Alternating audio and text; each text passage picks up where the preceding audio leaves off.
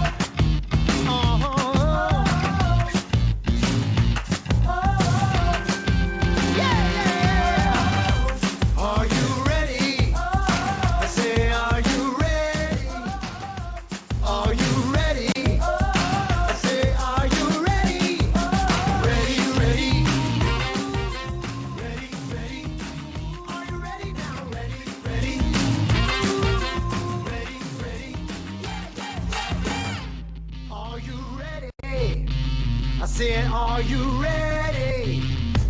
Are you ready?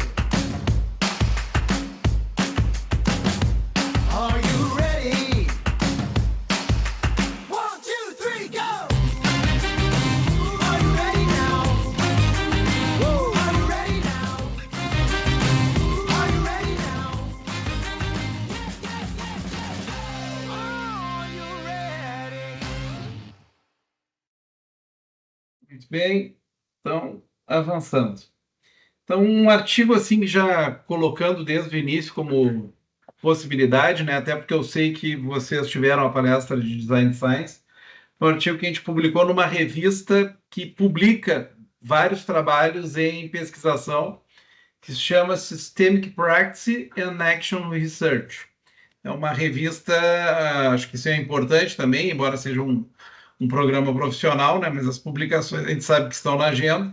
Então, essa é uma revista que procura publicar trabalhos que utilizem pesquisação, tem vários artigos do Checkland, do Coglan, né, nesse periódico. E esse foi um artigo que a gente publicou procurando questionar, né, o que durante um tempo foi uma moda de Action Design Research, que procurava juntar a pesquisação e a Design Science, e a gente estava se questionando se isso realmente era necessário ou não. E a gente fez uma análise comparativa, né, entre a pesquisação e a Design Science. Então, imaginei logo de pronto que poderia ser um material que interessasse aos alunos que eventualmente têm dúvidas, e poderia também contribuir, né, para quem, em executando a pesquisação, possa divulgar, ter um canal, né, de divulgação, porque a gente sabe também que, por vezes, aí, nem todos os revisores conhecem tão bem essa abordagem metodológica, e, por vezes, isso representou já no passado aí, uma barreira sobre a pesquisação. Então, a pesquisa-ação ela é definida como uma pesquisa de base empírica, né? Então, assim, diferente da simulação, da modelagem, eventualmente a mesma design science, né, que ela não necessariamente requer a aplicação, a validação na realidade, a pesquisação ela não consegue ser compreendida fora do contexto real, do contexto empírico, e é concebida e realizada em estreita associação com uma ação. Então, enquanto muitas vezes a Design Science ela se foca no produto da mudança, a pesquisação ela se foca no processo de mudança, onde o pesquisador e o cliente, ou o pesquisador e o agente que vai ser afetado pela pesquisa e também pela ação, necessitam colaborar conjuntamente, tá? Então, diferente de uma visão positivista, né? Eu sou um pesquisador aí positivista, onde eu tenho uma distinção, né? O agente é separado da realidade, consegue ser independente. Na pesquisação isso é impossível, porque o observador, o pesquisador e a causa, a consequência da mudança e o agente da mudança, os praticantes, eles estão completamente imbricados. E isso, ao mesmo tempo que representa um desafio, representa uma força da pesquisação, na medida que, como vocês verão no caso do Dawson, consegue, em superando essas dificuldades, produzir resultados realmente assim transformadores, no sentido de que o recebedor da pesquisa participou do seu processo e, portanto, ele passa de uma figura, de um fornecedor de dados para realmente alguém que colaborou e vai colocar realmente a pesquisa em termos de uma transformação social da realidade. Tem como objetivo, então, a pesquisação é uma pesquisa eminentemente social, né, porque ela requer essa interação entre pesquisador e agente, e voltada para a ação, né? Então, quer dizer, é uma pesquisa que ela ocorre durante o seu processo, os vários ciclos de ação, e que vão redundar na produção, além de um resultado útil, tanto para a organização ou para as partes interessadas, vai redundar na produção também de um conhecimento. Tem como objetivo a solução de um problema coletivo, né? E é o caso do Dalton, por meio da ação direta do pesquisador que está inserido no grupo. Eu participei alguns anos participei um ano, melhor dizendo, e eu recomendo muito. Tem um evento internacional chamado CARN, Collaborative Action Research Network. Então, é um evento itinerante, onde pesquisadores do mundo inteiro de pesquisação se reúnem. Então, durante uma época que eu pensei em estudar com mais profundidade a pesquisação, eu participei desse evento, e tem casos fantásticos, tanto quanto os que o Dalton apresentará sobre isso. Mas, em termos de pesquisa, a gente tem a produção do conhecimento, em termos de ação, a mudança da realidade. Ou seja, enquanto numa perspectiva positivista, o observador e a realidade estão distantes, e eu posso observar a realidade de maneira objetiva, na pesquisação eu tenho uma realidade inicial, sobre a qual eu estou observando, sobre a qual estou agindo, e ao final da minha ação eu tenho uma outra realidade diferente do primeiro momento da intervenção, e vocês verão isso também no exemplo do Dawson. E uma das dificuldades, portanto, disso é manter um equilíbrio entre o objetivo prático, o resultado que a gente quer obter, e que não pode ser obtido de qualquer maneira, porque se for obtido de qualquer maneira, ele compromete o objetivo científico da produção do conhecimento nesse processo. Então, eu acho que é bem importante esse posicionamento, né, ontológico, né, em termos do positivismo, da teoria crítica, do construtivismo, do realismo, porque muitas vezes o pesquisador desenvolve a sua pesquisa, mas não tem consciência de que visão de mundo é necessário ter alinhado com a pesquisa e com o resultado que quer produzir. E aí eu destaco, né, a pesquisação em termos da teoria crítica, do construtivismo, e principalmente onde o pesquisador é um participante. Aqui eu estou respeitando a referência, né, acho que passional é um termo forte, mas o pesquisador é um participante, eu diria, engajado no mundo que está sendo investigado. Acho que engajado é um termo mais adequado. E o pesquisador, né, ele é um agente transformador, é um transformador intelectual que altera o mundo social. Então, esse processo de alteração da realidade, e vocês verão no exemplo do Dawson, né, que existiu uma realidade pré-tese do Dawson e hoje uma realidade totalmente transformada em nível, na época, estadual.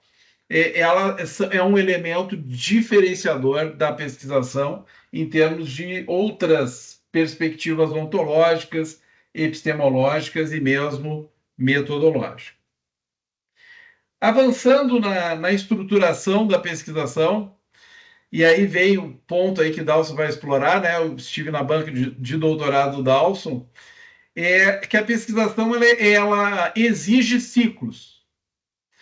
E um primeiro centro de todos esses ciclos é o que a gente chama do monitoramento.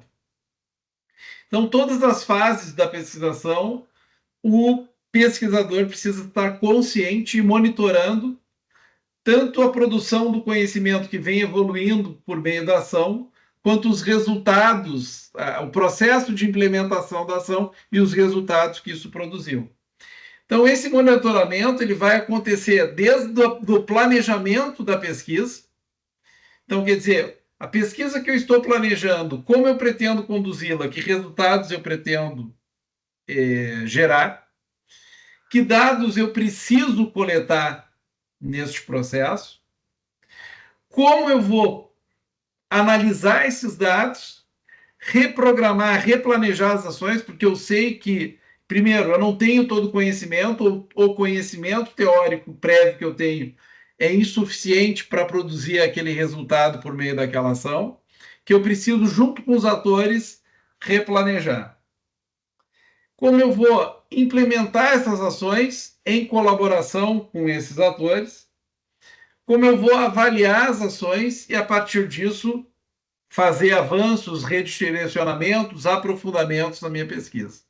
Então, esse ciclo da pesquisação, ele precisa ser recorrentemente realizado.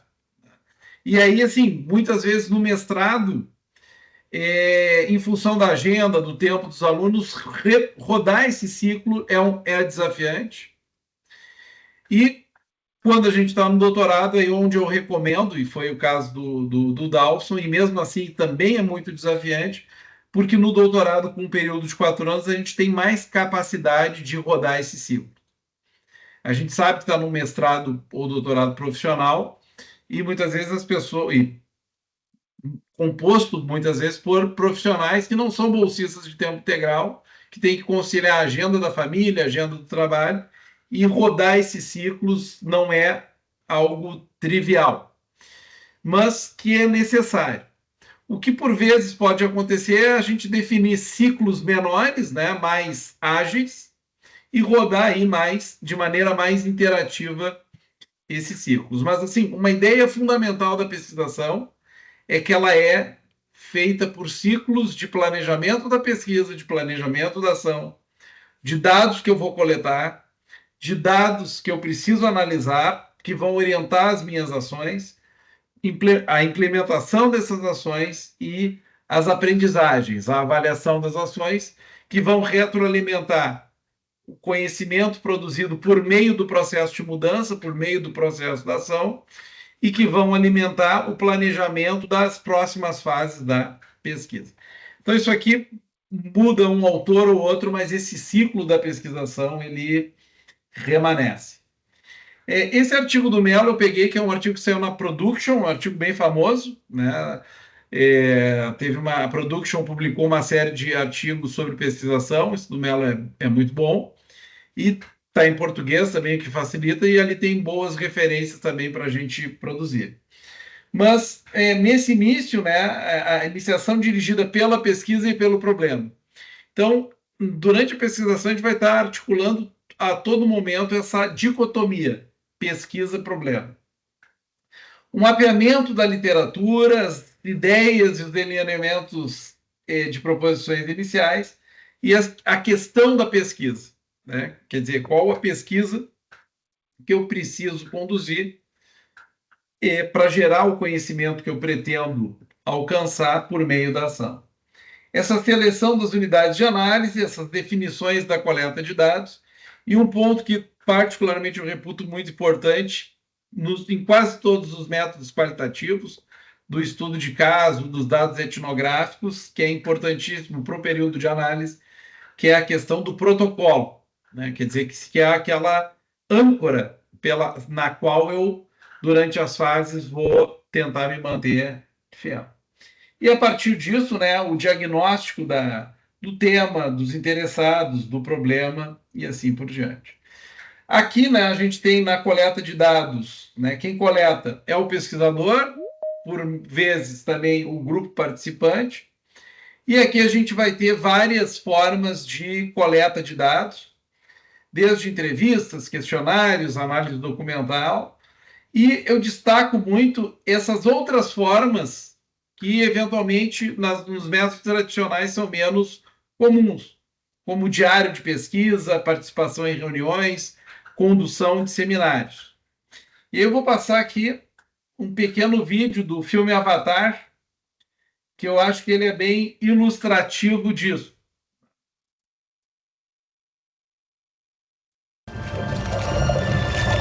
E o conceito é que cada controlador se conecte ao seu avatar, para que o sistema nervoso dos dois se sintonize. Por isso me ofereceram esse trabalho, porque eu posso me conectar com o avatar do Tony, o que é uma coisa muito cara. Isso aqui tá certo? Eu falo o que eu quero no vídeo diário? Precisamos pegar o hábito de documentar tudo, o que vemos, o que sentimos, é tudo científico. E boa ciência é boa observação. E também vai ajudar você a não pirar nos próximos 6 anos. Então, por que eu destaco isso, né? Então, no filme, todo dia, ao final do dia em Pandora, as pessoas deviam gravar as suas percepções de estar num outro planeta, de estar utilizando um avatar. Então, esse dado é o que a gente chama de um dado etnográfico. Então, isso é uma fonte de dados importantíssima no processo da pesquisação, porque é onde o pesquisador estará o quê? Anotando as suas percepções, seus desafios, e isso, posteriormente, também é um instrumento, é uma fonte de análise e permite uma perspectiva única do pesquisador. Então, em geral, nos métodos de pesquisa orientados pelo positivismo, a informação do próprio observador ela não é tão relevante, né? Porque por vezes é considerado enviesado. Mas quando a gente sai do positivismo para outras perspectivas, onde o pesquisador está imerso no ambiente, essa é uma fonte importantíssima, porque ela vai fazer o tracking disso ao longo do tempo, vai mostrando as mudanças que o próprio pesquisador vai tendo diante do problema e da sua pesquisa. Então, assim, mesmo em Design Science, a gente também utiliza muito isso, que são essas anotações do próprio pesquisador, que por vezes a gente suprime. A análise de dados, né, essa comparação dos dados empíricos com a teoria, essa tabulação dos dados, ela também é importante que seja realizada com um conjunto de participantes, né? Porque a pesquisação ela parte da premissa que o pesquisador não conseguiria produzir aquele conhecimento sem a interação com os agentes da mudança. Então, a gente precisa compartilhar tanto os dados, como compartilhar esse processo de análise, compartilhar as conclusões, para que a gente possa ter esse processo de enriquecimento e uma perspectiva mais holística, né, sistêmica dessa questão. E essas ações devem ser elaboradas e registradas aí de maneira conjunta. E, conforme Tiolan, a ação corresponde ao que precisa ter feito ou transformado para realizar a solução desse problema, visando ainda refinar ou estender a teoria da pesquisa. Ou seja, essa implementação também precisa, né, ser feito conjuntamente. E a avaliação das ações, que é esse processo de reflexão.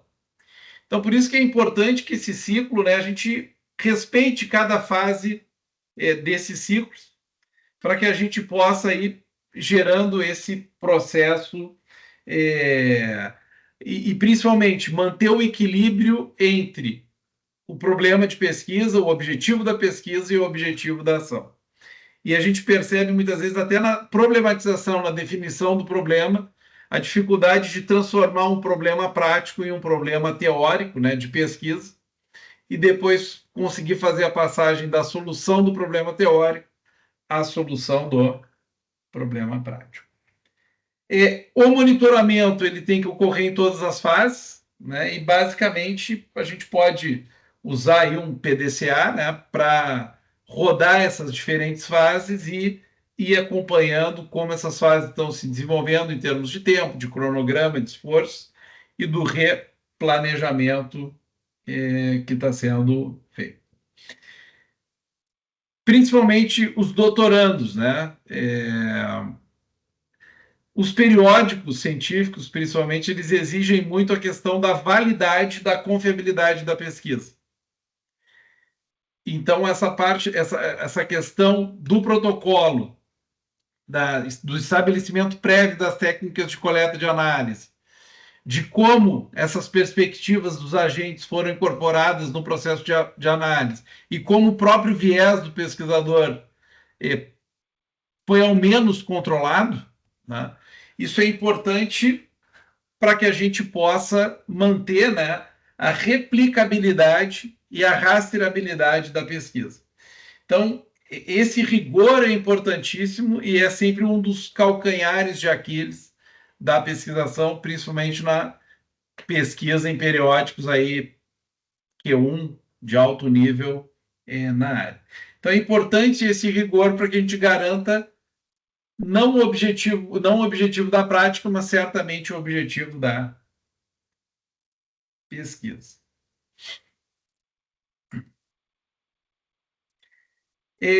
Uma sugestão do Michel Cholan, né, foi da minha banca de doutorado. E para mim tem assim um dos melhores livros aí de pesquisação, é uma referência mundial em pesquisação. Então eu sugiro bastante como leitura esse livro da pesquisação.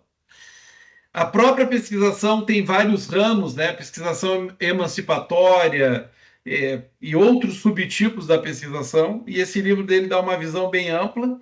E ele tem esse vídeo. Depois eu posso compartilhar esse material aqui com o professor Luiz Eduardo. Tem um vídeo no YouTube dele, uma palestra de 2 horas sobre pesquisação, que eu também aconselho bastante a leitura, né? O assistir esse vídeo, porque ele complementa bem. Então, assim, em termos gerais de pesquisação, esses são os principais fundamentos, né? E o que eu conversei com o Dawson, com a equipe, de reduzir essa parte para mostrar na prática, né, Dawson, como isso é executado e que tipo de produto a pesquisação pode gerar, porque eu considero assim que é o mais interessante, né, do que metodologicamente assim a própria pesquisação tem a oferecer. E aí com isso, né, Luiz, a gente pode fazer uma primeira pausa, né, para eventualmente tirar dúvidas mais conceituais, embora eu acho que boa parte disso que eu apresentei vocês vão conseguir ver bem durante a exposição do Dawson, os ciclos e a produção dessa intervenção e desse conhecimento. Mas a gente já faz uma primeira... E aí, Dawson, passo para ti o controle da apresentação aí, né? Se tu quiser compartilhar enquanto isso, e fico aberto aí para dúvidas antes da próxima transição.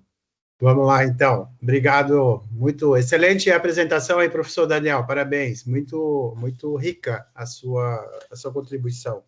Eu vou abrir aqui para as perguntas, enquanto o pessoal fica pensando um pouquinho. Eu tenho aqui algumas questões que me chamaram a atenção, né?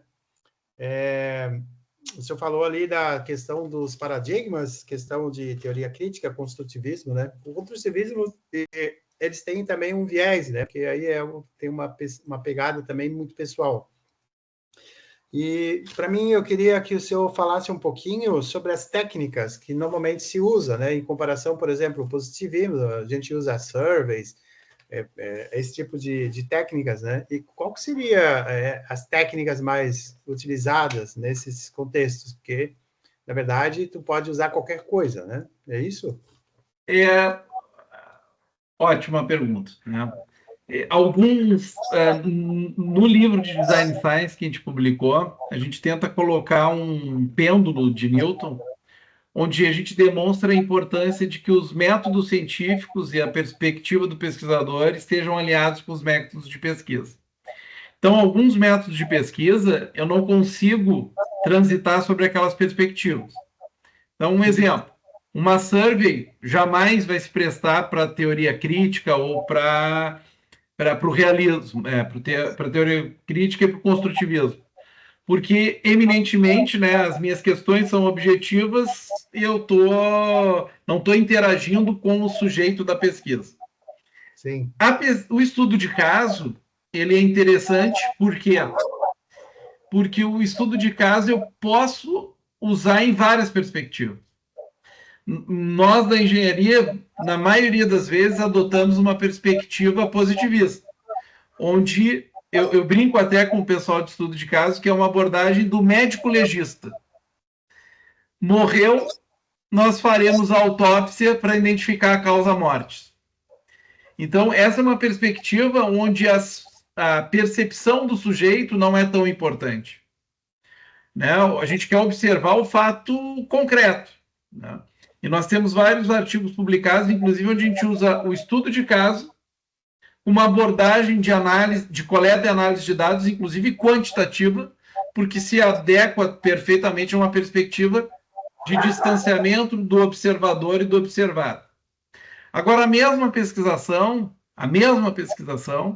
eu poderia utilizar sobre as perspectivas do construtivismo, ou da teoria crítica, ou da fenomenologia, mas principalmente quando eu quero compreender o sentido que as pessoas dão aos objetos, o sentido que as pessoas dão aos processos, onde a percepção do sujeito na sua interação com a realidade é o fator principal.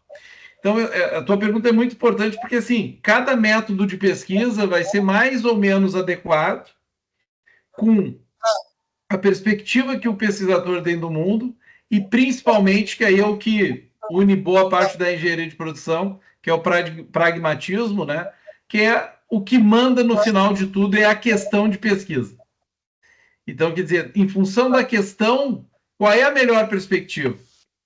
Se a minha questão de pesquisa é entender como se forma a confiança entre cliente e fornecedor, dificilmente eu vou acessar isso por uma survey ou por um estudo de caso mais objetivo. Mas certamente eu vou acessar isso por uma pesquisação ou por um estudo de caso mais uma abordagem fenomenológica. Então, essas relações são importantíssimas porque muitas vezes os alunos principalmente estão muito preocupados na coleta de dados e na análise de dados, só que o método de pesquisa e o método científico é o que vai efetivamente orientar que tipos de dados ele vai precisar coletar e, por consequência, que instrumentos de coleta são necessários para coletar esses dados e que técnicas de análise de dados vão ser aderentes ao tipo de dado que ele coletou. Então, é uma pergunta fundamental. Eu poderia passar a noite tranquilamente falando sobre isso, mas assim é uma decisão estratégica no design da pesquisa.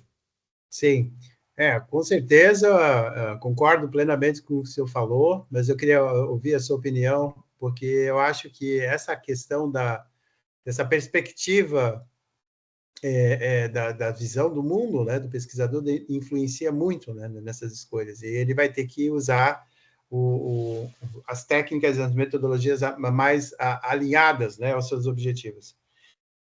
Eu não tenho nenhuma outra pergunta, mas eu tenho mais uma dúvida aqui que eu queria, essa é bem instigante, vamos dizer assim. Como é que o senhor vê, porque o senhor falou ali muito sobre a questão de validade e confiabilidade, né, na pesquisa. Isso é importante porque faz parte do método científico, né, tem que ser replicável.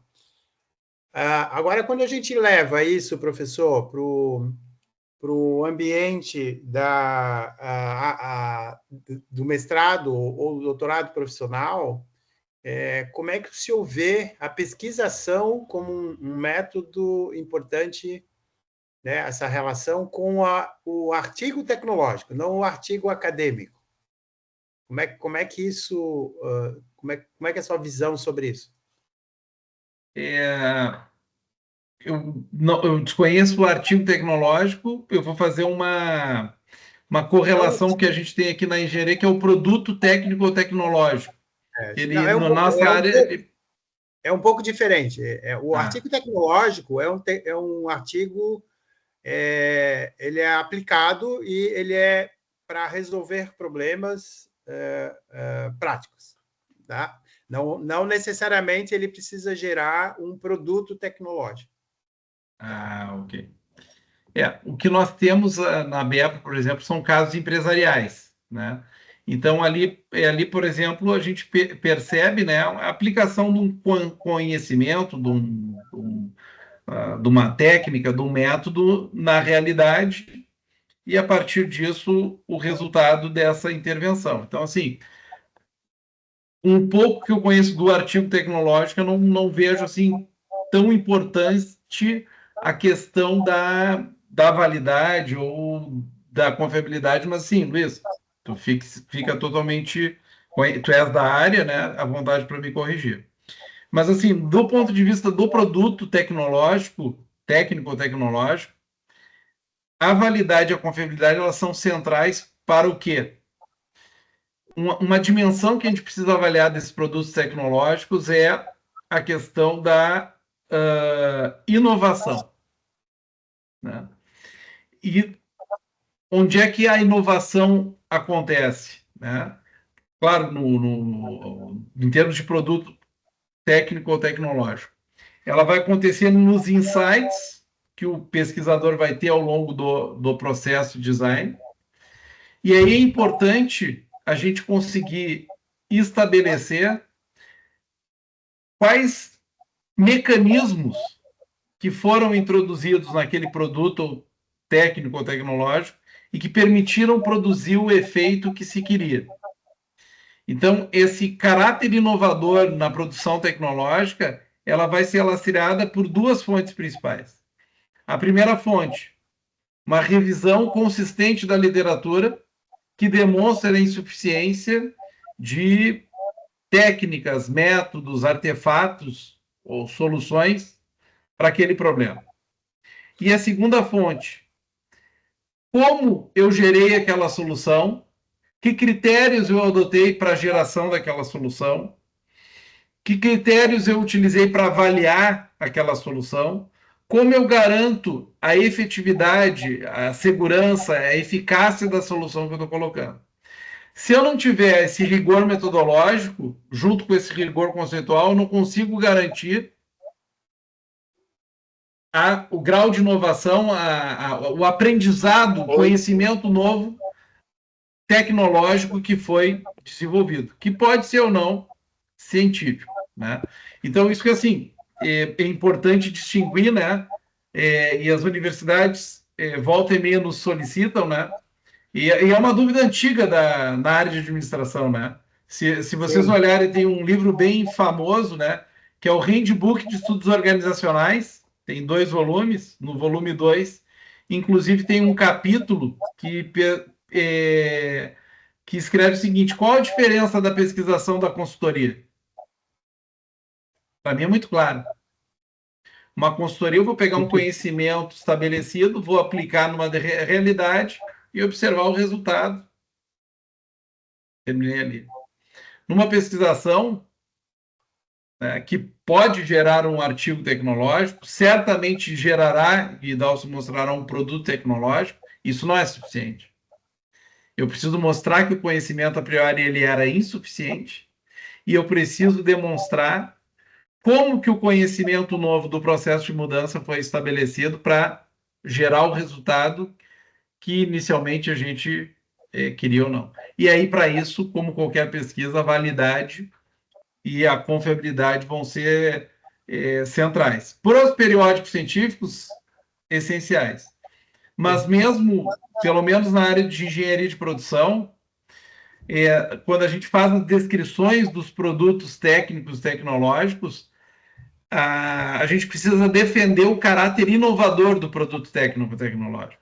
Sim. E se a gente não tiver uma boa confiabilidade da pesquisa, a gente não consegue caracterizar esse caráter inovador, e aí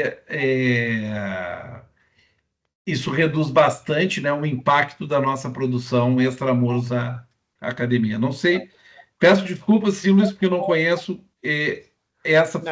o artigo tecnológico da área de gestão, mas tentei aí endereçar a questão da melhor maneira possível. Não, na verdade, professor, a ideia é, na verdade, a gente debater mesmo, né? Que é claro que cada um vê de uma forma diferente, né? E esse debate de ideias que eu acho que é o cerne da nossa reunião aqui, né?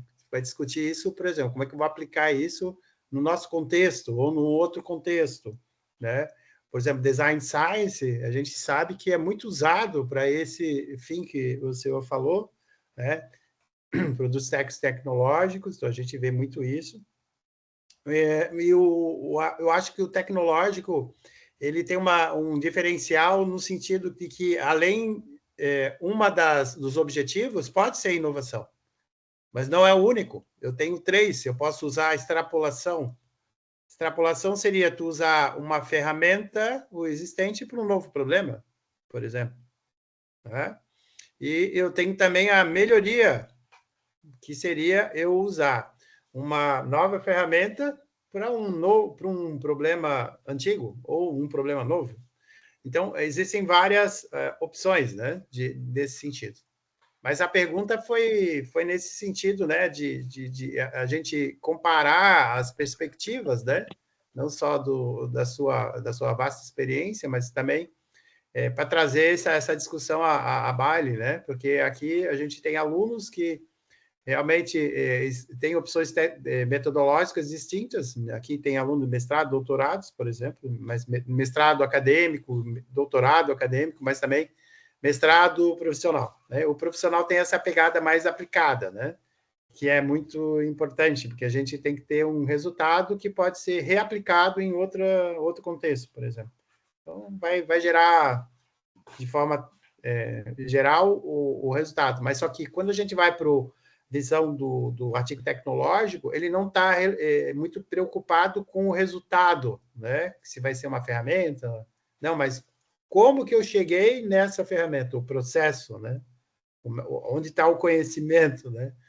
Eu fui buscar para transformar isso. Mas eu acho que é muito pertinente as suas colocações também, e já traz também um outro olhar, né? Trazendo também à baila aí os artigos técnicos, produtos técnicos e tecnológicos, que também são importantes para a nossa área aqui de gestão, né? Administração. Ok? Não temos mais perguntas aqui, professor. Fiquei bastante satisfeito com essas colocações. Eu acho que foi um debate interessante. Também a sua apresentação, fenomenal. Eu acho que contribui bastante aqui para nosso objetivo como grupo de pesquisa, né? E agora a gente vai ver a pesquisação em ação, né? Com o Dawson. Em ação. Consegue compartilhar, Amém. Nelson? Vou tentar agora aqui.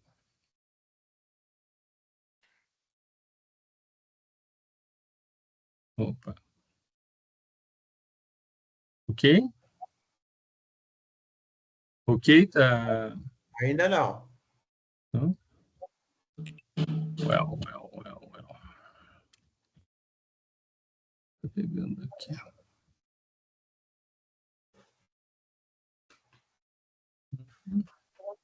Hum.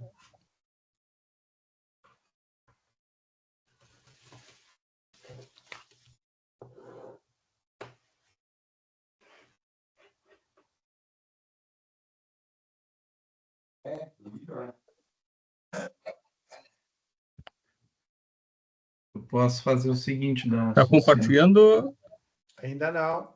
Não. Deixa eu ver aqui. Deixa eu dar uma olhada aqui, como é que tu faz aqui. Tu está como apresentador. Teoricamente deveria estar entrando aqui. Deveria apresentar. Eu vou fazer o seguinte, Nelson. Eu Oi? vou subir a apresentação aqui, e aí eu acho que tu consegue Ele pode consegue controlar. controlar. Pode ser. Pá, consegue aí? Sim, já faço isso.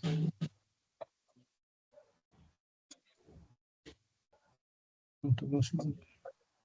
Que era essa caixinha fechada. Não sei se tentar, tu consegue.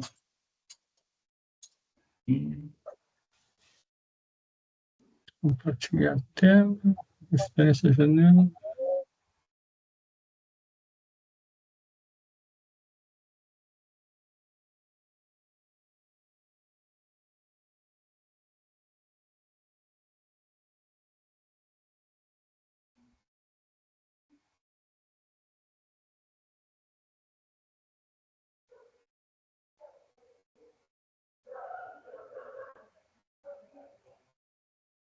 Consegui.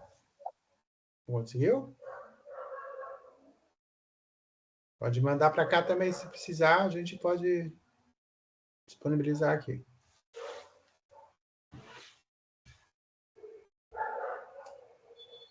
Lá em cima, tu pode pegar a janela ou tela cheia e depois só entrar pelo...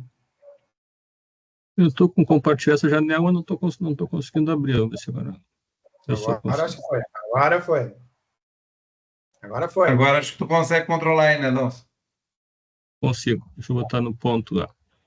Começar.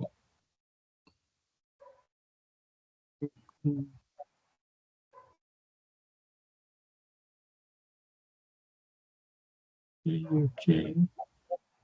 Ok. Botando.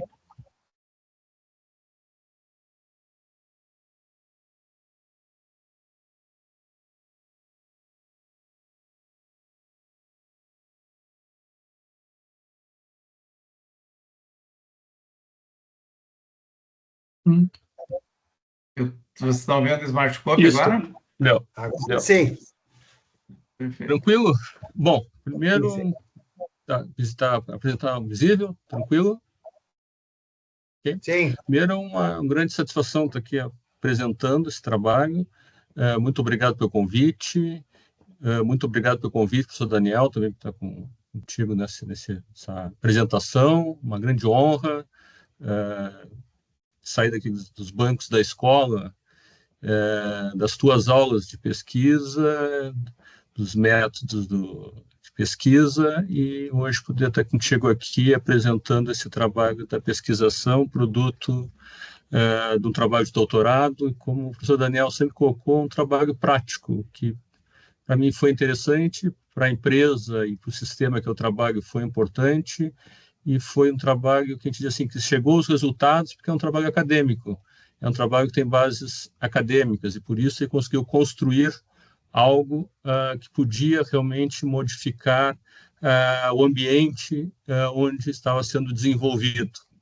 Se fosse um trabalho sem essa base tão forte da academia, não teria trazido os resultados. Isso foi fundamental. Então, o que eu vou mostrar vai ser a construção da Smartscope. Nós voltamos lá em 2019, eu entrei no doutorado em 2018, 2019, nós tínhamos algumas grandes temas. Nós estávamos chegando ao 5G, ninguém sabia de onde que viria o 5G no Brasil. Nós estávamos falando dos carros autônomos, que já são realidade, nós estávamos falando dos voos particulares do espaço. Como assim, voos particulares para o espaço? Estava falando, discutindo que ia existir isso. De lá para cá, a gente levou o comandante Kirk para o espaço e tudo mais. E a sociedade informacional, que cada vez mais presente. No mundo do agro, que é onde se desenvolveu esse trabalho, muitas plataformas chegando aos produtores esses cooperativados. E esses produtores cooperativados não tinham a sua opção de plataforma digital, ou seja, eles não estavam inseridos nesse mundo em transformação. Mas a Aliança Cooperativa Internacional, ali de 2020, no seu planejamento estratégico, dizia que a transformação digital ia impactar de forma muito severa no agro, e que uma das formas desse trabalho era a intercooperação. Então, foi nesse processo que as cooperativas, através desse trabalho, então é um trabalho desenvolvido dentro do sistema cooperativo do Rio Grande do Sul, que aceitou esse trabalho de pesquisa, que colocou-se à disposição para que isso pudesse acontecer. Isso é muito importante na pesquisação. Nós vamos ter uma colaboração e uma aceitação para que o trabalho possa ser desenvolvido. O importante aqui é uma colaboração e não é uma coordenação. Uma colaboração, a gente vai agir como um catalisador do processo. Então, aqui foram 30 cooperativas inicialmente, hoje são 28. Eu não sei, Dalson, só para confirmar, eu estou aqui no slide 19 ainda, com a tela da Smartscope. O que o pessoal de casa está vendo, só para ver se a gente está sincronizado. Sim, eu tô aqui. o 19, está na capa ainda. Opa, está passando aqui, estou na 21. Estou na 21 para aqui. mim está na capa ainda também. Agora sim. Bárbara. É que aí eu Agora estou mudou. mexendo aqui, acho que tu não conseguiu controlar aí, né, Dalson? Agora tá no Teoricamente, ele está na É que- 20. Tá, é que eu vê se tu consegue passar aí. Eu não estou no PowerPoint, eu estou direto no Teams. Está passando. Mas lá embaixo, eu passei. Lá embaixo no Teams e no É lado que eu acho que esquerdo, cada um tá passando para si. Entendi. O que nós Ele não está Nossa. sincronizando para todo mundo, eu acho. Lá embaixo agora, não tem a numeração dos slides. isso, agora atenta ali embaixo, pode passar para frente no Teams, ver o que acontece. Deu, Passa agora uma tenta ver, Dalson. Ele não tá, agora não está passando para mim. Tá, É, só agora eu que estou também não. conseguindo, porque Passou eu aí? consegui compartilhar. Tu não consegue tomar a apresentação. Eu vou passando para ti, então. Está na 21 aí, Daniel? Passei para Tá. 21, tá todo mundo na 21, né? Tá. Tá. Sim. Pô, Sim. desculpa. Não, que Tá, então assim, nós estamos, então, eram 30 cooperativas iniciais, hoje são 28 cooperativas, e destas cooperativas são 28 que sofreram fusões, tá? Então, nenhuma delas acabou saindo desse processo. Vamos tentar ver se passa aqui. Vamos ter que... Não vai ficar legal, não. O que está trancando esse troço? Eu estou no slide 22, 28 cooperativas, uma Tá, plataforma. tem que dar mais um clique aí, Daniel. Pode ir até o final do... Tá. Isso. Então tá. Então aí esse processo se deu em 2019, com o início de um trabalho com uma visão estratégica, primeiro com ator dirigentes das cooperativas da FECOAGRO, depois vieram os técnicos, é um novo ator, junto com uma consultoria. Depois, em 2020, o ator dirigente e o ator consultoria saem do processo, no primeiro momento, e ficam os atores técnicos, trabalhando com uma software house, os atores técnicos das cooperativas. E, por último, nós entramos aí com os dirigentes novamente na função de divulgação da plataforma. Ok. Tá. Isso se dá, então, lá nesse 2019, foi se buscar o conhecimento. Então, né, eu vou pegar depois aqueles ciclos do professor Daniel, mas a gente vai assim, primeiro vamos buscar conhecimento para o ciclo estratégico. E, para isso, foram as viagens ao Vale do Silício, viagem à Alemanha. No Vale do Silício, queria se conhecer um ecossistema bem desenvolvido. Para isso, se levou 42 pessoas, entre dirigentes e técnicos, para conhecer esse ecossistema. Depois, uma viagem à Alemanha para verificar o que as cooperativas da Alemanha vinham desenvolvendo em termos de plataformas digitais. E em Buenos Aires, nós juntamos todas as cooperativas para demonstrar quais eram os grandes impactos que iam acontecer com relação às plataformas.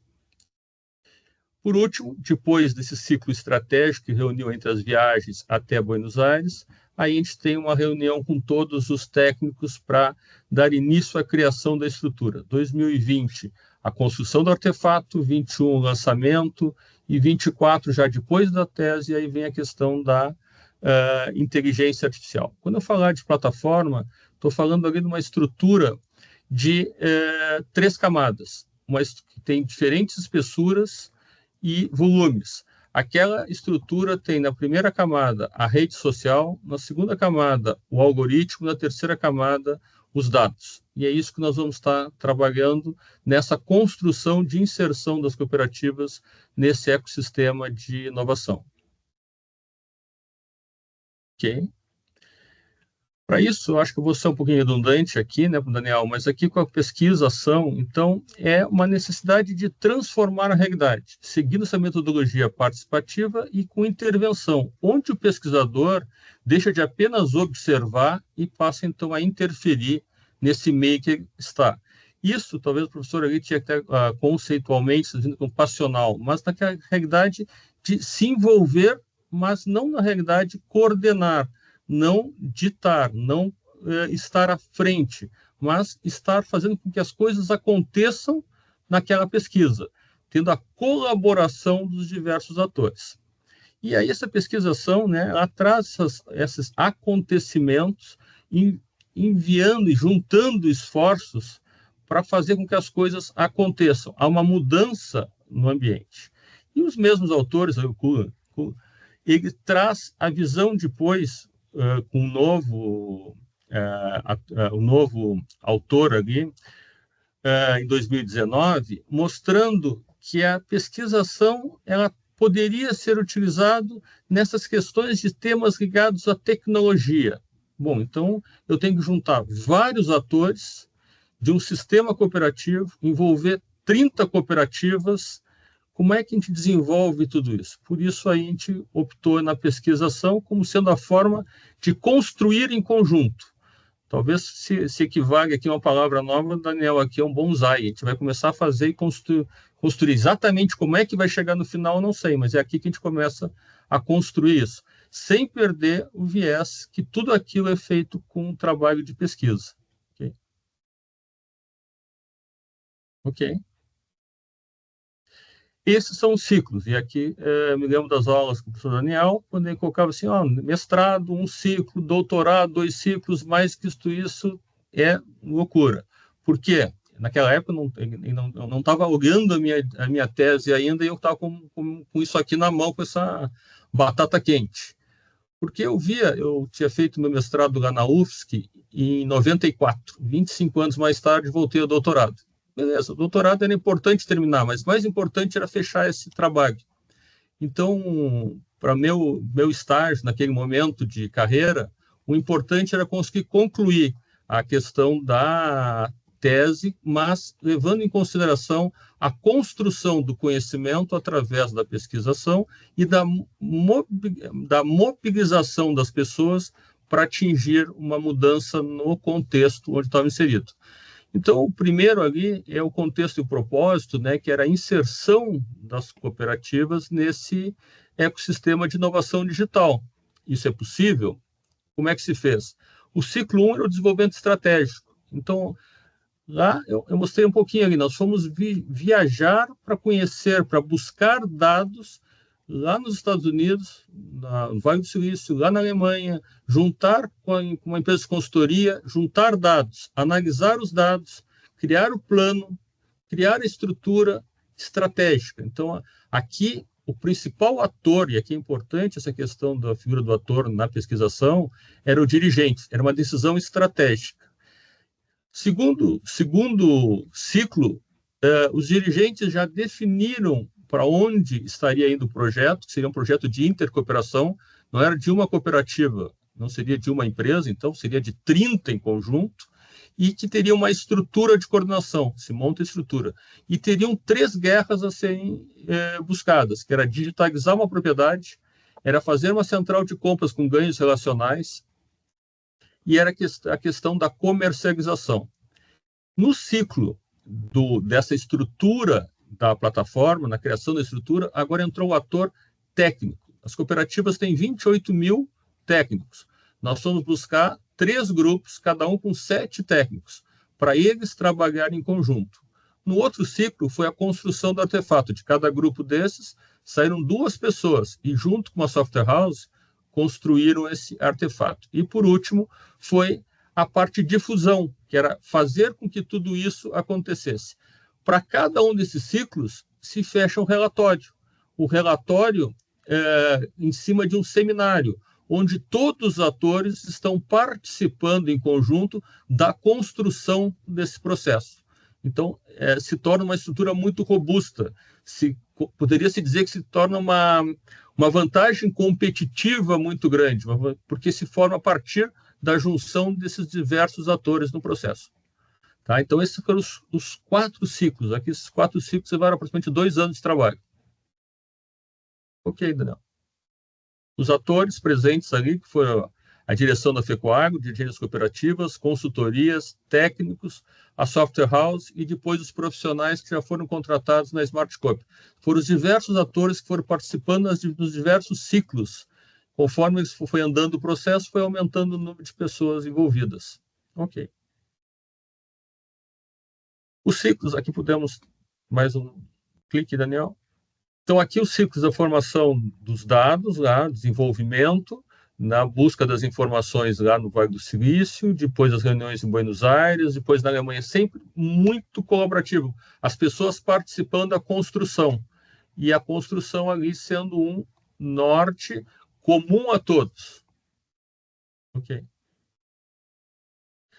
O ciclo de desenvolvimento estratégico, então, ele definiu aqui, como eu disse, as 3 guerras que nós íamos desenvolver, que era criar a propriedade digital, foi feito por eleição, o pessoal encontrou que nós tínhamos várias possibilidades de trabalhar numa plataforma e que nós íamos fazer aquelas que eram as principais. Então, ali embaixo, no item 3, estão criar a propriedade digital, criar os instrumentos de comercialização digital e criar uma central de compras digital. Isso foi, então, criado a partir da visão estratégica. Ok. Ciclo da criação da estrutura, aí foi criado, então, como é que ia se desenvolver esse trabalho, se criou um conselho gestor de inovação e se criaram 3 núcleos pilotos de inovação. E aqui os técnicos passaram a fazer parte desse processo. Ok? Com ciclos de criação da estrutura, então, nós tivemos lá os núcleos e também o trabalho aqui, cada núcleo do projeto, cada um dos 3 núcleos, eles vão criar os MVPs, os produtos mínimos viáveis, naquelas 3 itens que foram dados como estratégicos pelo primeiro ciclo. Então, estão interrelacionados. E aí, aqueles ciclos, quando fecha os MVPs, novamente volta para os dirigentes. É isso que foi decidido. Então, se montou primeiro uma estratégia, depois uma estrutura. A estrutura construiu os MVPs, os produtos mínimos viáveis, que depois vão formar um artefato chamado Smart Copy. Ok. A criação da estrutura, aqui tem alguns depoimentos, eu acho que quando se monta esse processo, acho que o segundo ali é importante, foi a confiança que possibilitou os profissionais das cooperativas a exporem suas dificuldades para outras cooperativas. A confiança nas pessoas que estavam no Conselho de Inovação e nos técnicos que atuaram. Naquele momento, a gente estava juntando 30 cooperativas em 3 grupos de pessoas, e eles não necessariamente se conheciam. Eles foram escolhidos por ser os melhores das áreas dessas cooperativas. Então, ia trabalhar para o Dado Digital, eram os melhores técnicos que estavam no sistema, dos 28 mil colaboradores das cooperativas. E eles não se conheciam ali. Então, no primeiro momento, eles tiveram que se conhecer, entender, confiar, para poder construir aquilo em conjunto. E entender para onde eles estavam indo. Ok. Com os MVPs já desenvolvidos, já ok por parte das direções, dado então a visão, a estratégia criou a estrutura criou os MVPs, vamos agora para a construção do artefato, que é o terceiro ciclo. Agora, daqueles grupos, como eu disse, tinha os técnicos, sai 2 técnicos de cada um dos 3 grupos, e vão acompanhar uma software house por praticamente 8 meses, que é a construção, mas ela não faz só. Ela vai fazer em conjunto com os técnicos. Ok. E aí, mais uma vez, o importante desse processo é a divulgação e que todos saibam o que está sendo construído. Estávamos na pandemia e, com isso, nós não tínhamos como juntar todos os atores e todos as pessoas e todos os produtores. Então, a gente fez a divulgação pelo canal rural, uma forma de divulgar para todos os produtores do Rio Grande do Sul e também para os parceiros fora do Rio Grande do Sul. E ali nós tivemos uma divulgação do trabalho da Smart Copy. O que seria essa plataforma e essa inserção? Okay.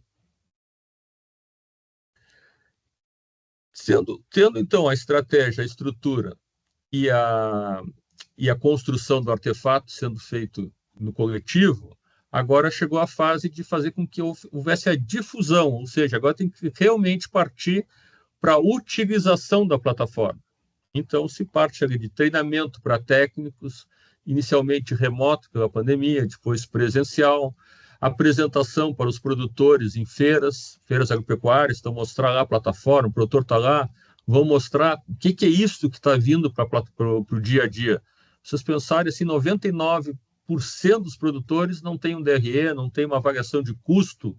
Isso é algo que precisava melhorar, e a plataforma poderia trazer isso. Então, começa uma divulgação desses programas de rádio, programa em revistas, em jornais, divulgação em mídia social, Facebook, Instagram, e tudo que fosse possível. E mais uma premiação para as cooperativas que trouxessem, como usuários, já mais de 250 ganhavam um selo bronze, depois um selo prata, um selo ouro, um selo diamante. O que era isso?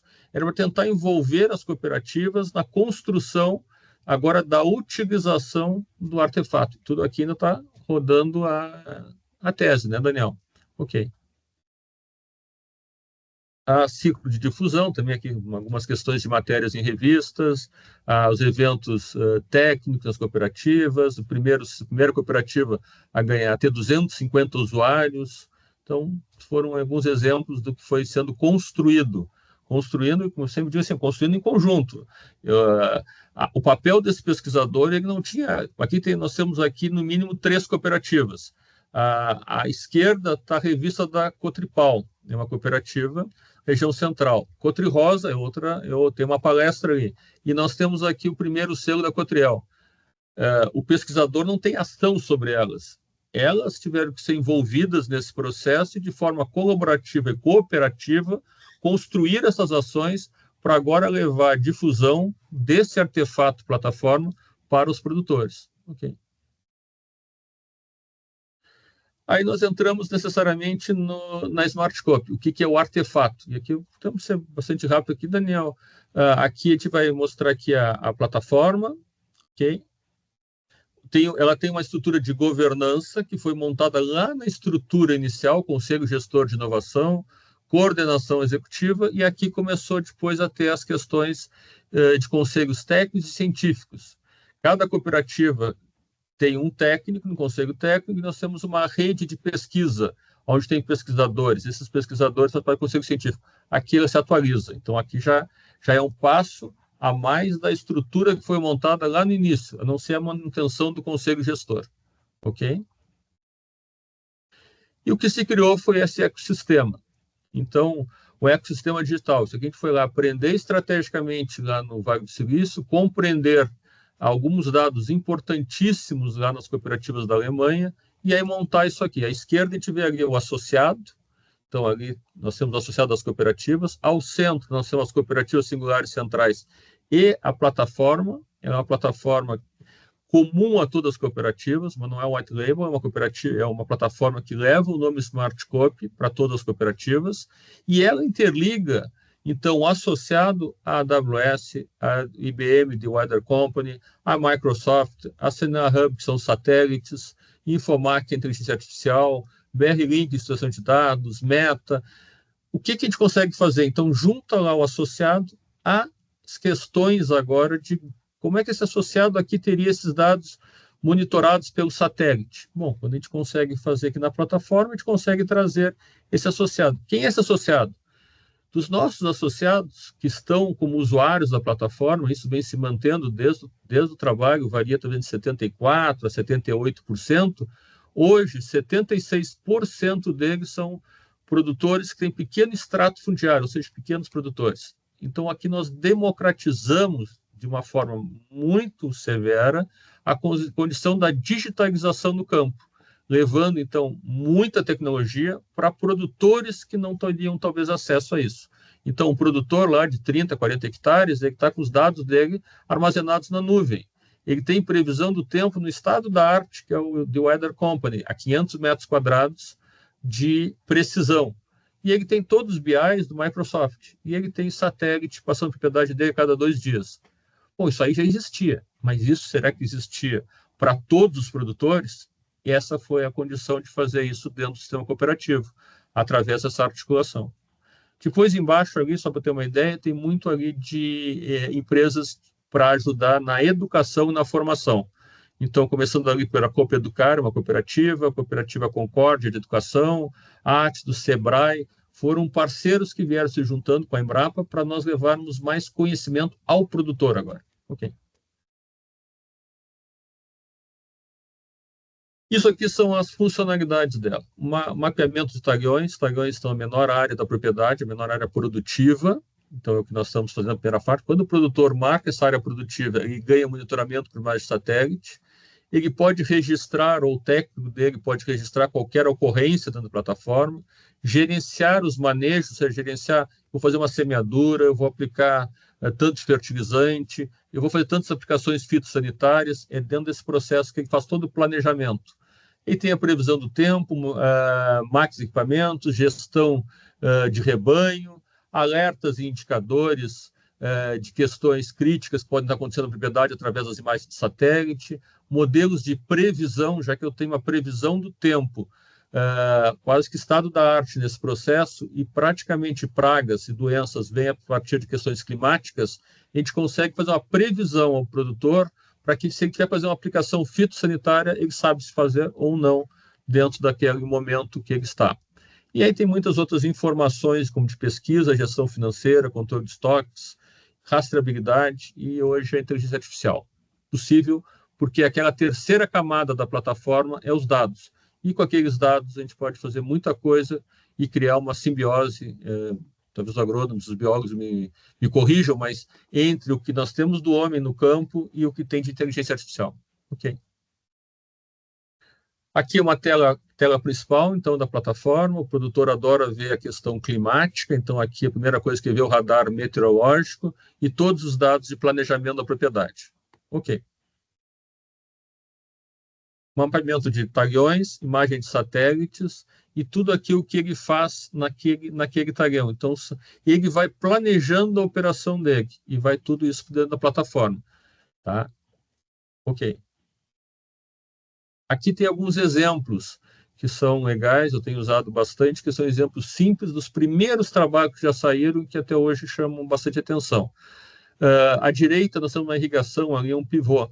Aquele pivô, quanto mais azul naquele círculo, quase círculo ali, é que tem uma visão de melhor resultado produtivo. E quanto mais clara aquela cor, é que tem algum problema. O produtor, quando ia na propriedade, aqui é milho, ele não conseguia verificar se está melhor ou pior a produtividade dele. Ele só teria esse resultado quando colhesse. Porque ele não trabalha com imagem satélite. Com imagem satélite, ele enxerga exatamente aqueles pontos. E o que tem ali? Tem um problema de gotejamento. Então, o pivô que está jogando água, que o Rio Grande do Sul passou com as estiagens, então está falhando. Ele vai ter no resultado final, deu 155 sacos por hectare. Não sabe por que não foi 170. Aqui ele consegue enxergar, vai lá e age. Além de qualidade do solo, naquele círculo também tem uma parte que está mais clara. Que o produtor comprou uma área que não tinha manejo. E ele consegue ter isso. Aqui o produtor tem isso. O pequeno produtor, de pequeno extrato fundiário. Isso foi a democratização do conhecimento na agricultura. Ok. Ok. Toda a tomada de decisão passa a ser também feita por dentro da plataforma.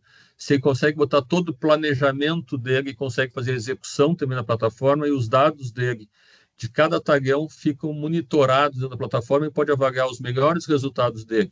E quando ele termina de botar quanto ele colheu em cada taguão da propriedade, ele tem direito também a enxergar os melhores resultados da região dele. Se no item anterior ele podia melhorar o operacional, aqui ele vai melhorar para o benchmark, aqui vai verificar o que os outros fizeram e que ele não fez, que atingiu o melhor resultado. Ele não consegue olhar o nome do produtor, pela lei geral de proteção de dados, mas ele olha toda a operação que o produtor fez. Ele planta soja, utilizou a mesma variedade, a mesma condição climática de chuva, o mesmo solo, e ele conseguiu colher 10 sacos a mais que eu colhi. O que aconteceu? Aí gera um resultado para o próximo ano. Ok. Questões também do leite. Então, aqui nós temos para o produtor de leite informações de volume, preço, qualidade, indicadores produtivos, o controle leiteiro por animal e também a gestão reprodutiva, que agora a gente vai no próximo slide aqui, a gente olha a gestão reprodutiva com maiores detalhes. Mais um aqui. Pode ser mais um aqui. Aqui tem 27 indicadores que o produtor, se ele botar o rebanho dele, começa a enxergar algumas coisas que são fundamentais. E talvez a propriedade, o produtor de leite é o que tem mais informações. Ele precisa do zootecnista, ele precisa do veterinário, ele precisa do agrônomo, ele precisa do economista, do administrador. Tudo isso dentro da propriedade. O que nós estamos vendo aqui? Indicadores de propriedade. Ali à esquerda temos taxa de serviço, 54%, taxa de concepção, taxa de prenhez. Então, são itens que vão gerar lá a reprodução no rebanho e que, por si, vai gerar depois a lactação. Então, a gente pode jogar também lá em cima, nas primeiras caixinhas azuis, ele tem 134 animais, 64 estão em lactação, 47,8%. O que quer dizer isso? Quer dizer que 47,8% dos animais estão levando a produção toda. Então, eles estão produzindo e pagando a conta deste tampo. Então, é importante ele ter um índice aqui de lactação um pouquinho mais elevado. Ao mesmo tempo, isso não pode ser extremo, porque senão vai ficar sem animais para trazer as novas gerações ao plantel. Então, ele também precisa entender como é que está ali as categorias entre vacas, terneiras, novilhas. São indicadores.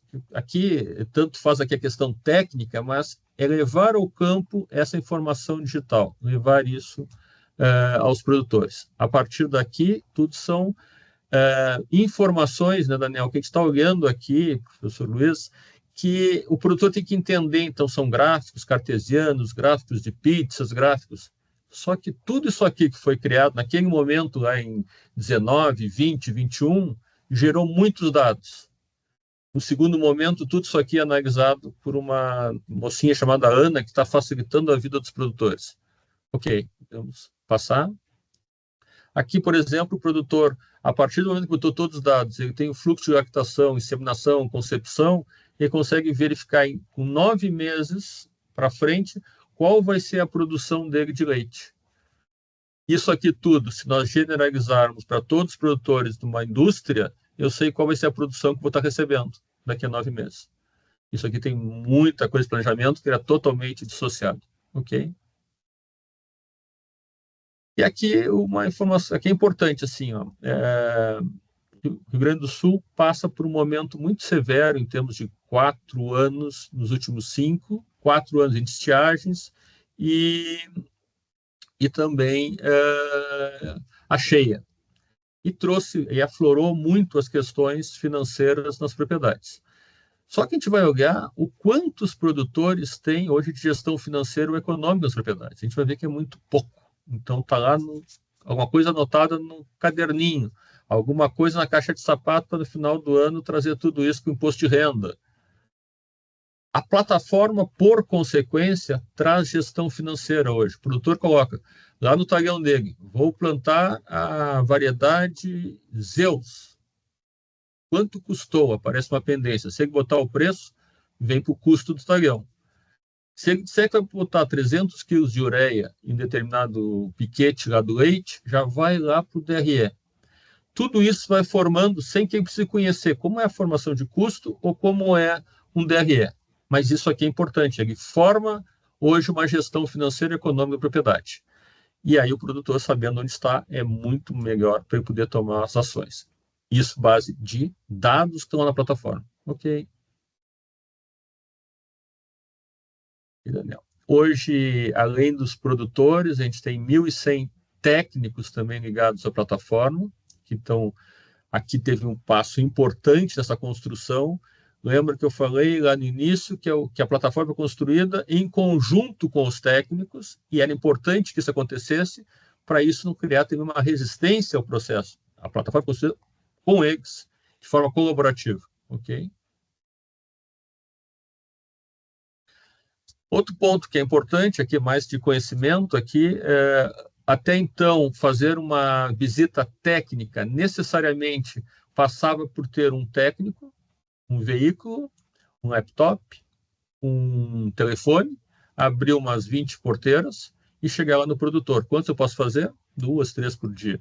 Agora vamos pensar que eu falei que nós temos ali monitoramento por satélite, que eu consigo enxergar a propriedade, que tudo que o produtor fez, ele botou ali o planejamento, todas as ações estão ali, e eu consigo enxergar a propriedade à distância. Aqui tem só da minha cooperativa, de 1º de 1 de 25 a 31 de 5 de 25, foram feitas em torno de 5.000 visitas, sendo que 60% delas foram virtuais. Não houve necessariamente a necessidade de ir lá. Bom, mas então caiu a qualidade? Não, eu aumentei o número de produtores que eu estou visitando. Eu vou visitar aquele produtor, talvez se alguma coisa mais crítica acontecendo, mas eu posso aumentar produtores não assistidos antes. Ok. Aqui é um sistema que nós criamos para que as informações de áudio, escrito, vídeo fiquem dentro da plataforma. Tá? Então, assim, senão o produtor poderia sair, o produtor mandaria as informações para um técnico, mas esse técnico deixa lá a cooperativa, não atende mais esse produtor. Toda a troca de informação se dá por dentro da plataforma e todos os dados são preservados, seguindo também a Lei Geral de Proteção de Dados. Ok? Todos os boletins técnicos de pesquisa também chegam ao produtor, isso mudou demais a questão do campo.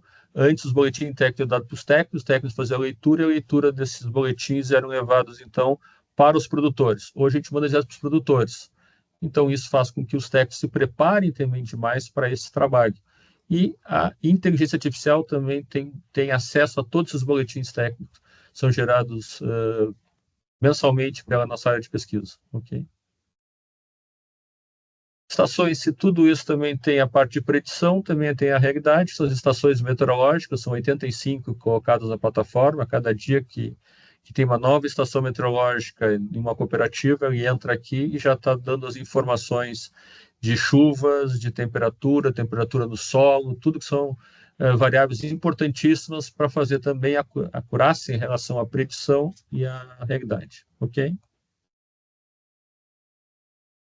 Muitos dados também passam a ser dados da plataforma para políticas de Estado. Hoje pela manhã eu estava com o secretário da Agricultura, então mostrando algumas questões que não são nossas mais, são dados que são tantos dados que hoje são 20 mil produtores dentro da plataforma, são 20 mil propriedades, são 3 milhões de hectares. Então, eu só botar com um exemplo, ali tem de 50 a 100 hectares, puxei aquele extrato e vou ver ali em termos de irrigação, é o primeiro gráfico ali à esquerda. Eu consigo enxergar que só 4% dos produtores têm irrigação. Nós falamos constantemente de estiagem no Rio Grande do Sul, de falta de chuvas no Rio Grande do Sul, mas só 4% tem. Agora, se eu olhar num extrato já de 2.500 a 10.000, eu vou enxergar que 25% tem irrigação. Então, eu consigo ter algumas questões sobre políticas agrícolas, políticas de Estado, na visão de que não é necessariamente uma questão do produtor de menor porte não querer ter irrigação, é que economicamente talvez não consiga, porque ele não tem água, ele não tem energia, talvez ele não tenha os meios para fazer, e por isso que ele não está fazendo. E talvez tenha outras soluções de políticas agrícolas necessárias para esse produtor. Tem muito dado também que modifica o campo aqui. Ok. Aqui é a rastreabilidade, a partir de todos esses dados começa também a vir toda a rastreabilidade das informações, como o produtor marca lá exatamente aquela área onde ele está presente, lá nos talhões da produtividade dele. Se nós cruzarmos com as bases públicas do IBAMA, do INCA, da FUNAI, que vai pegar desde os embargos, desde as questões dos quilombolas, das questões indígenas, nós vamos dizer que a nossa produção ela não está lá na Amazônia, ela está aqui. E esse produto que sai do Rio Grande do Sul, ou sai de Santa Catarina, ou sai do Paraná, ele está exatamente, corretamente, pode ser exportado. Então, isso é extremamente importante que a gente possa provar isso aqui nesse momento, ok? Isso pelos dados, que é mais ou menos essa realização do cruzamento das informações das bases públicas, ok? Ok? Vendo só cada um dos talhões. E aqui, Daniel, é o que eu mostro aqui, é a Ana. Essa mocinha aí, e aí trazendo um pouquinho para o Rio Grande do Sul, ela nasceu em Cruz Alta. Se nasceu em Cruz Alta, ela é Ana Terra. Ela vem lá da obra do Tempo e o Vento do Érico Veríssimo. Se pegou as características que estão no livro de como era Ana Terra, né, tipo, como era o cabelo dela, pega e tudo mais, e aí se criou essa inteligência que é a Ana. O que ela faz? Por API, o produtor faz uma pergunta a ela. Existe uma base de conhecimento, que são 53 anos de conhecimento de pesquisa das cooperativas. E existe ali uma base de dados da minha propriedade, cada produtor, e tem uma base de clima. Quando ele faz a pergunta, o agente é o agente Bedrock da AWS, vai à base de conhecimento e busca os dados na base de dados. Se necessário, cruza com os dados de clima e gera uma informação para o produtor. Bom, isso aqui... Eu estava agora numa palestra, estou agora em Nova Petrópolis, numa palestra sobre inteligência artificial, falando que você vai chegar nas empresas, vai chegar no campo, vai chegar nas organizações, e está no dia a dia. Isso está no campo. Essa mocinha aqui chegou agora no campo através daquele trabalho que se começou ali atrás. Mas quem é que está mexendo nela? É o nosso produtor, um produtor jovem. Nosso produtor é muito jovem, tem 45 anos, nem se compara ao americano, com mais de 60, ou então ao europeu. Mas quem está mexendo aqui são as gerações mais novas, nativo digital. E ele está começando a ter um conhecimento bárbaro em cima disso aqui. E para ele é normal. Então, a sucessão também está vindo muito através desse processo. Mais uma aí. Só rapidamente aqui.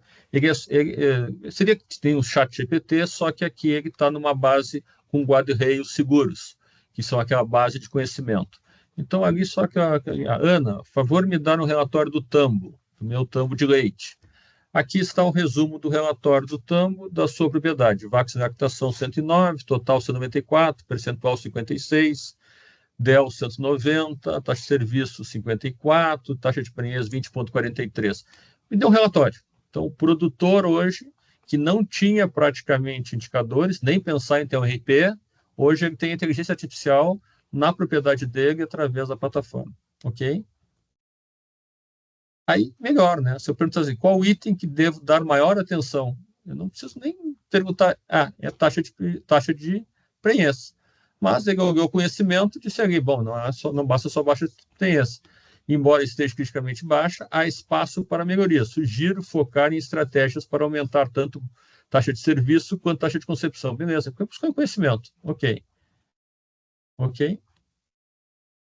Se todos os itens forem melhorados, qual seria a produção? Diria, diário, que eu botar ali, vai entender, está no contexto, igual o chat ou qualquer outro desses aí, mas isso está no produtor. Essa realidade se modifica.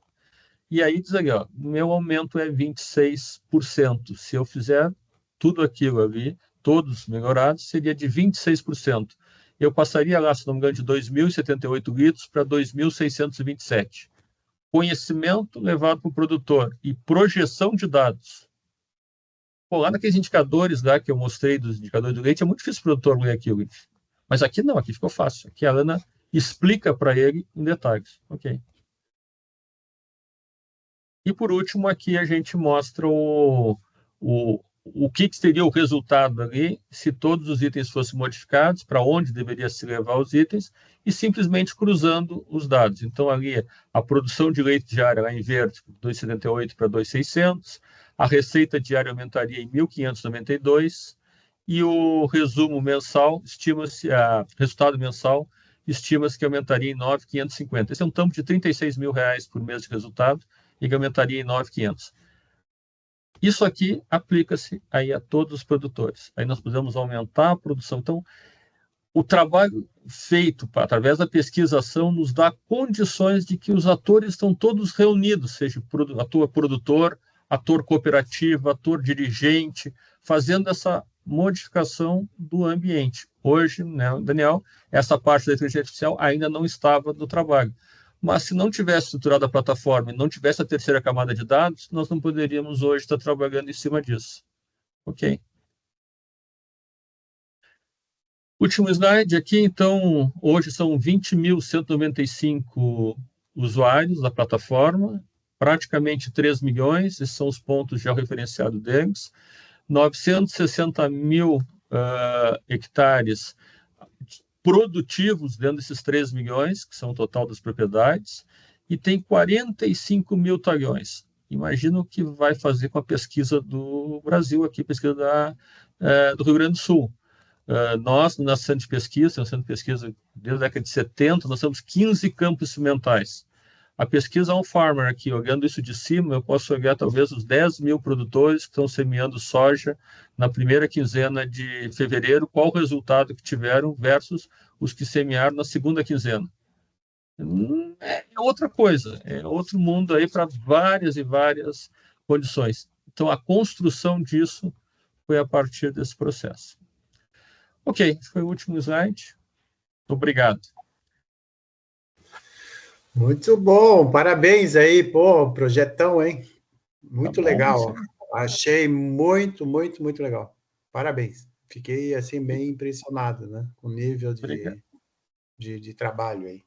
Só que isso suscita algumas perguntas, Dalson. Muitas. Muitas Primeiro, quero perguntas. agradecer, só quero agradecer ao professor Daniel. Desculpa, Daniel, por o slide aqui não conseguir passar, e te agradeço demais a tranquilo. passagem. Desculpa aí. É isso Obrigado. aí. A tecnologia é boa, né? Mas aí quando ela trava, dá esses problemas. Daí tem que entrar com o recurso humano. Bom, Dalson, olha só, eu acho que vocês aqui criaram uma plataforma, né? Na verdade, um ecossistema, né? Muito, muito interessante, né? Parabéns aí pela pesquisa. E o que eu notei, né? Não sei se eu estou errado, é que o pesquisador nesse contexto que vocês mostraram aí, a aplicação prática, né? Ele é um agente de mudança usando o método científico para dar os resultados, né, que vocês mostraram aí, absurdos, né? que o que tem de ganho aí é uma coisa absurda. Fora aí os dados, né, que tu tem hoje para fazer o que tu quiser, né, nessa área, né? Porque tu começa a fazer análises aí para para quem tu quiser, né? Qualquer área aí, gestor, administrador, pessoal da parte aí de animais. Meu Deus do céu, cara, que coisa incrível, né? E aí, mas eu tenho assim, eu acho que isso também gerou alguns desafios, né? Eu acho assim, dois que me chamaram a atenção. Como é que vocês lidaram com a questão do LGPD, né? Nesse mundaréu de gente integrados? E o outro é a questão de conexão com a internet nesses rincões mais distantes, né? Como é Ok. que lidaram com isso? Os dois são dois pontos extremamente importantes. Lei Geral de Proteção de Dados. A plataforma nasceu junto com a lei. Então, foi bom já entender, o dado é do produtor. Quando nós fomos fazer aqui a coleta de dados lá na Alemanha, o principal ponto que chamou a atenção foi que os produtores alemães estavam com medo de dar os seus dados para as propriedades, para as multinacionais, mesmo sendo algumas lá da Alemanha mesmo. Então, confiança seria um ponto extremamente importante. Então, esse foi um ponto-chave. Os dados são do produtor e protegidos pela Lei Geral de Proteção dos Dados. Ele dá o consentimento para a cooperativa como extensão do produtor. Quando a gente olha os dados de forma anonimizada, eu posso olhar os dados. Como eu disse, é muito mais um dado, uma política pública na área de agricultura do Rio Grande do Sul, esse dado anonimizado, do que um dado que eu vou olhar do seu João ou do seu Carlos, que são produtores. Ele que vai liberar o dado, por exemplo, um técnico dele, ou até para um membro da família. Ele tem dentro da plataforma as condições de liberar os dados dele para quem quiser liberar. Isso é um ponto fundamental desse processo. Quanto à internet, nós tínhamos feito um trabalho também de mestrado antes com outro colega também que trabalha comigo, que 93% da região aqui do Rio Grande do Sul, a região produtiva, tinha cobertura. E nós trabalhamos com a plataforma em duas visões, online e offline. Ela pode ir para o campo coletar todos os dados e depois, quando ele chega com acesso na propriedade, na casa, na sede, ele desce os dados para... Então, ele tem as duas condições, offline e online. Não é uma barreira. Então, isso é importante começar, porque amanhã não vai ser 93, vai ser 96, depois 98, e aí não fazer, porque não tem, não é barreira. Ótimo. Alguém quer fazer alguma pergunta aí? Rúbia, Mauri?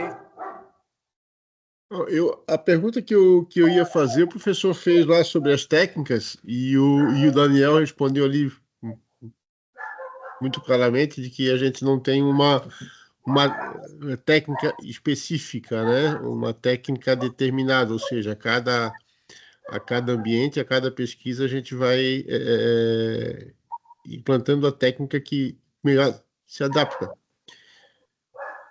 Então, essa era a minha dúvida lá no começo, e aí o Daniel já respondeu a pergunta do professor. Eu acho que é importante interpretar, né, Mauri, lá no início, é seguir disciplinadamente aqueles ciclos, né? Coletar os dados, analisar os dados, criar o planejamento, fazer as ações, verificar, voltar, verificar, e fazer isso não de forma individual, fazer isso com o coletivo. Depois, no final, apresentar tudo isso em conjunto, foi isso que nós construímos, estamos de acordo, vamos para a próxima etapa. Isso.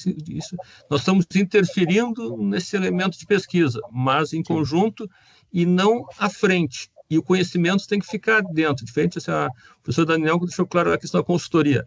A consultoria, talvez o conhecimento sai. Ali não, o conhecimento está sendo construído por aquele grupo. Sim. E isso vai afetar a própria aceitação, né? Com certeza. É uma construção coletiva, né? É deles. Isso. Aí me surge uma outra dúvida, mas é só uma curiosidade, né? Normalmente, a gente tem já, por exemplo, uma certa dificuldade com, a gente chama de literacia em dados ou nessa questão mais digitalização, né? Na cidade, né? E na parte do campo não deve ser diferente, né? Ou até pior em alguns casos. Como é que foi assim a avaliação dos usuários, né? Após eles ter todo esse ganho, né? Que foi demonstrado aí, qual foram os feedbacks, né? Que eles dão, e ainda mais agora com a Ana aí disponível para eles para resumir as coisas.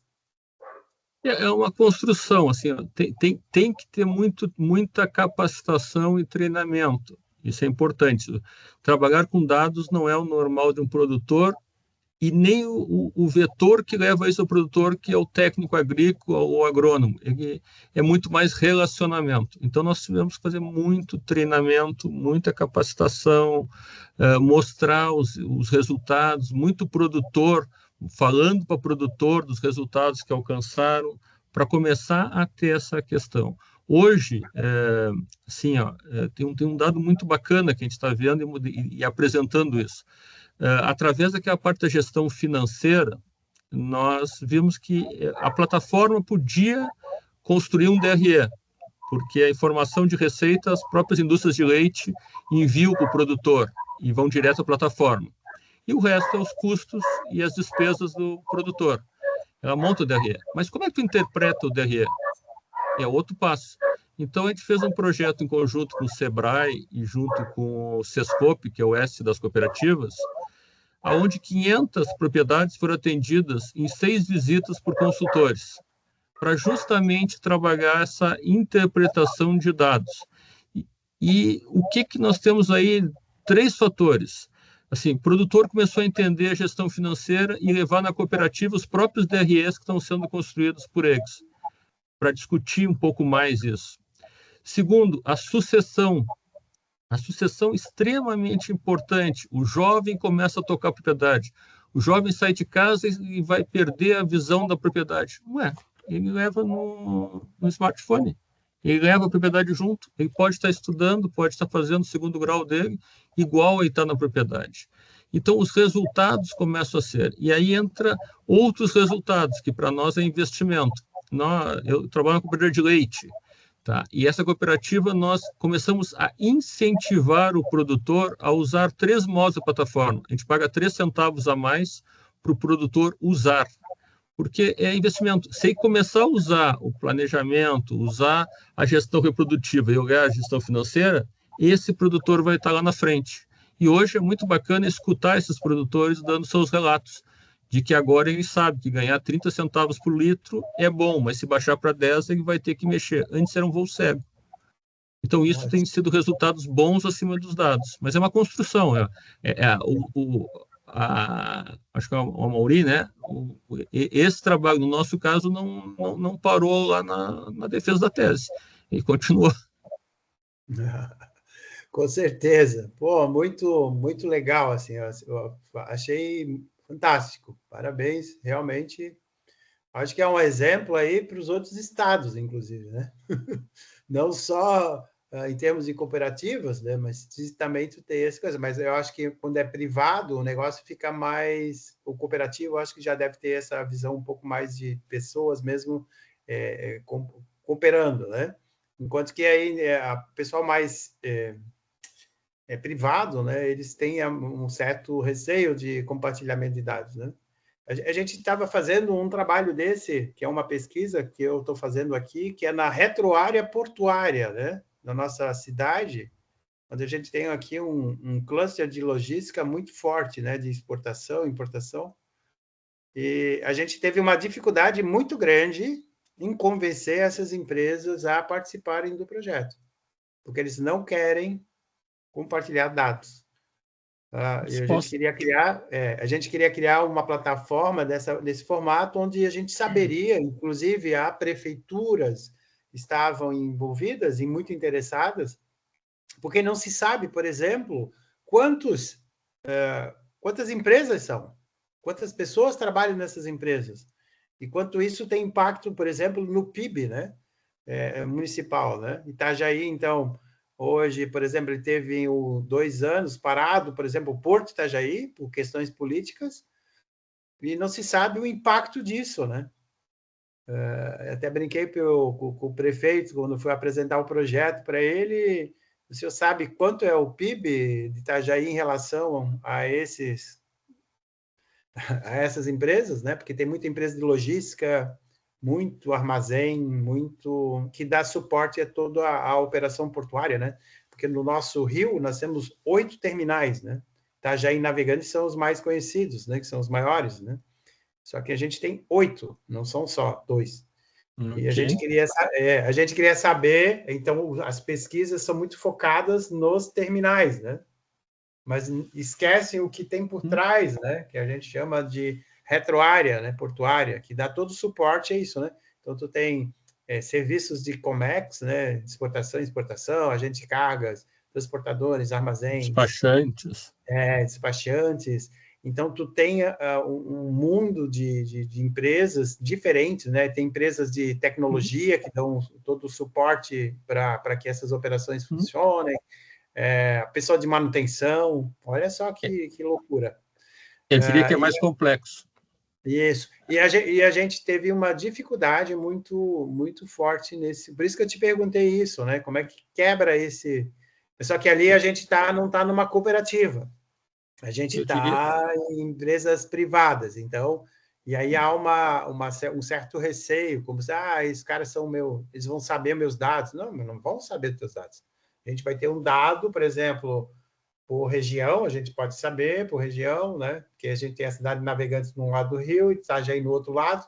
Quantas empresas estão lá, quantas empresas estão aqui, qual é o grau de formação dessa mão de obra, porque daí a gente poderia também, como universidade, ajudar no desenvolvimento de pessoas, quanto isso gera de receita, a própria prefeituras teriam como mostrar, né, o potencial da empresa para atrair novos investimentos, novas empresas.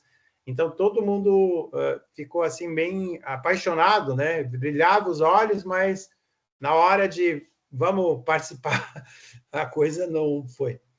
Mas a gente está ainda trabalhando com as prefeituras aqui para ver se a gente viabiliza esse projeto, que eu acho que é uma coisa importante, porque daí você teria, por exemplo, tudo isso que você tem com os dados, aí a gente teria aqui também. Porque tu teria capacidade, por exemplo, os portos de Navegantes, Itajaí, que agora está com a JBS, eles ficaram muito impressionados e querem participar do projeto, porque para eles é importante, né? Por exemplo, eles vão ter dados para planejar, né? Se eu quero aumentar a minha exportação, importação, vou precisar de caminhão, tá? Mas qual é a capacidade hoje de caminhões que eu tenho? Ninguém sabe. Então, fica tudo assim no ar, né? Então, não tem política pública, não tem dados, né? Então o pessoal fica no escuro, né? Mas, assim, é muito, muito, muito legal, eu gostei muito, né? E os demais aí também pode falar, né? Só não deixar só eu falar, né? Quem quiser. Só dar os parabéns, né? Meu Deus, como é importante para nós que estamos aqui, né? Só na teoria, né? Aqui tentando fazer nossa tese, né? O pessoal do mestrado, doutorado. Então, realmente, ver essa construção é um ecossistema, realmente, ver isso acontecendo, né? Na vida real e solucionando problemas reais. Então, meu Deus do céu, parabéns pela apresentação de vocês, pelo tempo de vocês também, né? Para nós, eu tenho certeza que o pessoal que não pôde estar aqui agora, né, vai assistir agora, gravado, né, professor? Acho que está gravado. Tem gente perguntando se está gravando. Então, mas assim, parabéns e muito obrigada pelo tempo de vocês, né, pela apresentação de vocês. Obrigado. Ótimo. Só nesse último aspecto, queria destacar a questão dos ciclos, né, a importância. Porque vejam assim, né, entre a solução final e o primeiro ciclo que o Dawson conduziu, olha a diferença, né? Os primeiros ciclos foram as missões técnicas na Alemanha, as missões técnicas nos Estados Unidos. Até então, tirei assim, um print, meu Deus, olha o planejamento, gente, né? Olha o planejamento, olha o pré. A gente chega querendo fazer e aí não funciona. A gente chega já com a solução e aí o campo não está preparado, né? Então, acho que esse isso só com a pesquisação, né? Para pegar design, ela vai direto para a solução, né? Não vai se preocupar com toda essa preparação antes e envolvimento. Né? E isso eu acho que é o ponto da importância, né, professor, da questão da academia, né, que se fosse feito por uma empresa, talvez fosse a buscar o resultado mais rápido. Agora, levantar os dados, coletar os dados, entender o cenário para poder construir algo com base no que se entendeu, é a partir da... A base acadêmica é fundamental. Se as empresas utilizassem mais essa base acadêmica, mais a formação acadêmica, nós teríamos melhores resultados. Oh, com certeza. Mas assim, foi sensacional, tá? Professores Dalson e professor Daniel, aí, obrigado. O professor Daniel está com outro compromisso, então a gente vai encerrar aqui.